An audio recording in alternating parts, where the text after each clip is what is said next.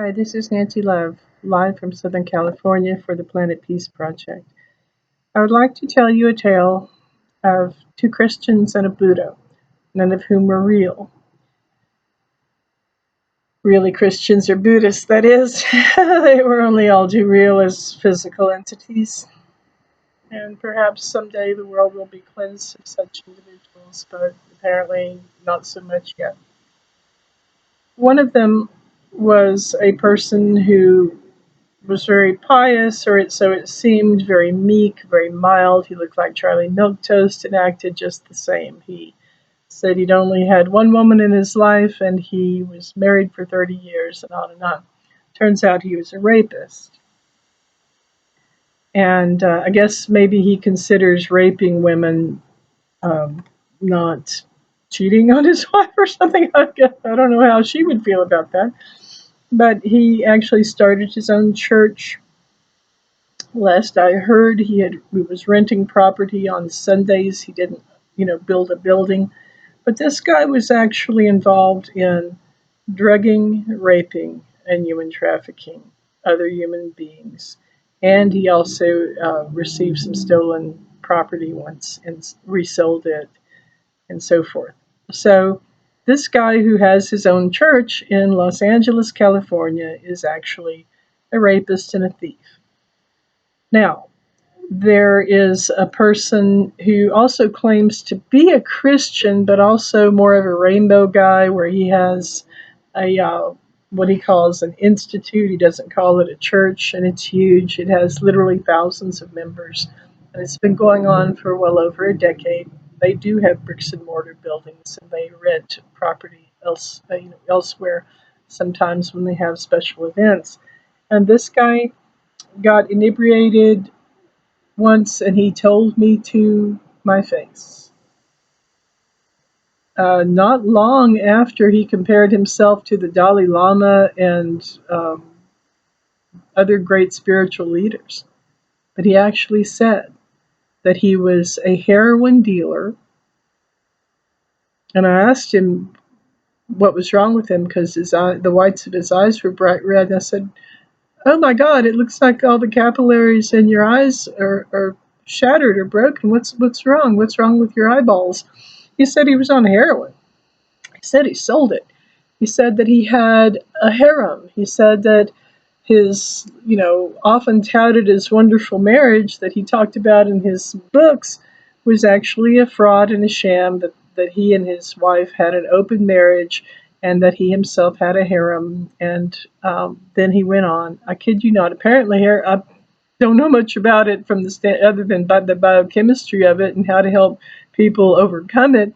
But apparently, heroin is inherently disinhibiting because he just unloaded all this stuff, and I had absolutely no idea that any of this was going on. I had no idea. I did I call it buying the facade. I bought the facade. I'd known him slightly for 7 years, and I'd been to that so-called institute a few times. And this guy had such a carefully crafted facade. He called himself Spiritutainment. He said it wasn't a church, it was spiritual entertainment, and that essentially he was a comedian and a dancer committing fraud. This guy said so. He said it out loud and in person to my face in 2012. He said that he was a fraud. He kept calling himself a charlatan. I said, "Why do you keep calling yourself that? I thought this was legitimate. You all do a lot of good," I thought. And he kept saying that everybody who went to his church was he called them marks. He called them idiots and fools for contributing. He said every time he sees a hand reach forward and put a check or cash in that contribution basket, he's got himself another idiot. And he went on and on. He also said that he recruited people to go into places like Mexico and Las Vegas and recruit new women for his human trafficking ring. But he said, "I promise you on my honor as an immortal soul and as a human being," that he said this to me out loud and in person in 2012. He said, that he was selling drugs, selling, enslaving women in a prostitution ring, also involved in human trafficking, illegally obtaining and selling drugs used to sedate victims when they weren't willing to prostitute themselves or be so prostituted. And he said that he was also money laundering for some international crime organizations. So this guy apparently, don't do heroin around people if you don't want them to know the truth, because apparently that stuff makes you flap your lips big and large. And there he was telling me that he was a charlatan. His contributors and members were marks, that he was a drug dealer, a money launderer, and had a human trafficking ring.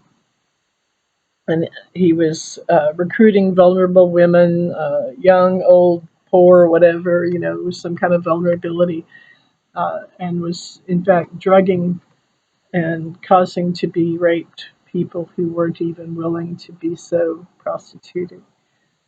Then we have the fake Buddhist. I'm telling you all this because you need to not buy the facade. You need to see through this kind of person. There's also someone I spoke to and have come to be acquainted with much, much more recently who claims to be a Buddhist. But I'm pretty sure he just tells people that because it makes him popular with girls. Maybe girls, don't want to hear agnosticism and atheism. They want to hear something about the spiritual or philosophical nature of the guy. And I think he's telling people he's a Buddhist to impress them and maybe, get to date him, but, it's not true. Here's the stuff that this so-called Buddhist says he does. He, here again, drugs people without their knowledge or permission. He sexually assaults them himself. He and sells the opportunity to sexually assault cognitively impaired, sedated people. Uh, the reason I make a distinction between sedation and cognitive impairment is because some drugs that these people are giving their rape victims don't necessarily knock them completely unconscious, but nevertheless they do make them incapable of consent. And this is this is a very well understood legal matter. It's called force. There are many ways to qualify as a criminal as forcing someone into a sex act, and one of the ways is to drug them, either to sedate them or give them something else that can cause cognitive impairment so that they become incapable of consent. If you've done something to someone so that they're incapable of actually coherently giving consent, then you're guilty of rape by force. And that's a whole extra crime that can be added on to rape and human trafficking. And it can add years to your sentence, and it should. So then he actually said that sometimes he tells people that he's been raping them, drugging them, and trafficking them. And if they know about it, then that means they're in on it. But he also says that he calls them hostages. He has a situation whereby he provides housing, and then he says they can't get out. He has surveillance equipment. I can't make this crap up. This is horrifying. This is so utterly and absolutely horrifying to me. I can't believe there are people who walk the face of this earth who don't understand the golden rule, do unto others as you'd have done unto yourself, who don't understand Immanuel Kant, who said, behave in such a way. Immanuel Kant wrote 100,000 words, hundreds and hundreds of thousands of words, big old thick books, this thick in tiny print. One of the greatest philosophers of all time said one of the most important things that's ever been said. He said, behave in such a way. You behave in such a way that if everyone on earth followed your example, it would be a beautiful world. Well, apparently this so-called Buddhist has never read philosophy because he doesn't know Immanuel Kant. He doesn't behave in such a way that if everybody followed his example, it would be a beautiful world. I think he has a sister. Why don't people treat his sister? Why don't people treat him the way he treats others? He's involved in human trafficking, and Buddha don't play that. Christ ain't here. Buddha ain't here when that happens. And he talks about being a minion, how he's actually under someone who's over him. He's afraid of losing his job. Well, why isn't he more afraid of losing his legal freedom? Whatever he's doing for whoever he's doing it for, he could end up in prison for well over 20 years. A lot of people don't realize that to drug someone with the intent to sedate them can get you, to sexually assault them, can get you right there. Even if you don't assault them, the fact that you've drugged them from the get-go can get you 20 years in prison. So I find it really strange that he can't draw a line and not cross it. I did a previous video about someone I knew who seemed to be going through a lot of moral dilemmas, and she was the sort of person who would commit crimes against you or lie about you or to you or something like that, or do really horrible things. I mean, really horrible things, and commit crimes against people. And then 3 or 4 later, she would show contrition. 3 or 4 days later, she would show contrition and come apologize to people. And her life seemed to be this great seesaw, this great vacillation, and it would occur within usually 1 week, where she would commit a crime against someone, lie about them, or lie to them, or worse, steal from them, all kinds of things. I know that she tried to assault someone on at least 2 occasions, and actually she assaulted one person I know of in several different ways, including but not limited to putting prednisone in the person's foodstuffs just to mess her up, just to cause her confusion and a lack of cognitive coherency. And she was always apologizing, and I told her, draw a line and don't cross it. Stop needing to apologize. Stop doing things that you're going to need to apologize for. Make a decision once and for all. Many of us did that many years ago. Many of us decided when we were children that we weren't going to be criminals, period. Some of us almost never lie. Some of us absolutely do not steal. The vast majority of people I know would never raise their hands against someone and put drugs or whatever in their foodstuffs or beverages, and yet this woman was always doing all of the above and then going, oh, I'm so sorry. Well, get with the program and don't do so much you're going to need to feel guilty about. You don't have to apologize all the time if you don't do the crime to begin with. Well, I think that guy really needs to see that old video I made, because he needs to draw a line and not cross it. Buddha don't play that, buddy. Buddha ain't there. The times he has drugged people, raped people, sold the opportunity to sexually assault unconscious or incoherent victims, the times he has done other crimes, apparently not only he but other people told me that his employer sometimes asked him to steal things. No. Buddha isn't in your philosophy. There is no such thing as the thieving Buddha. There has never been a concept so radical as the raping Buddha. It doesn't happen.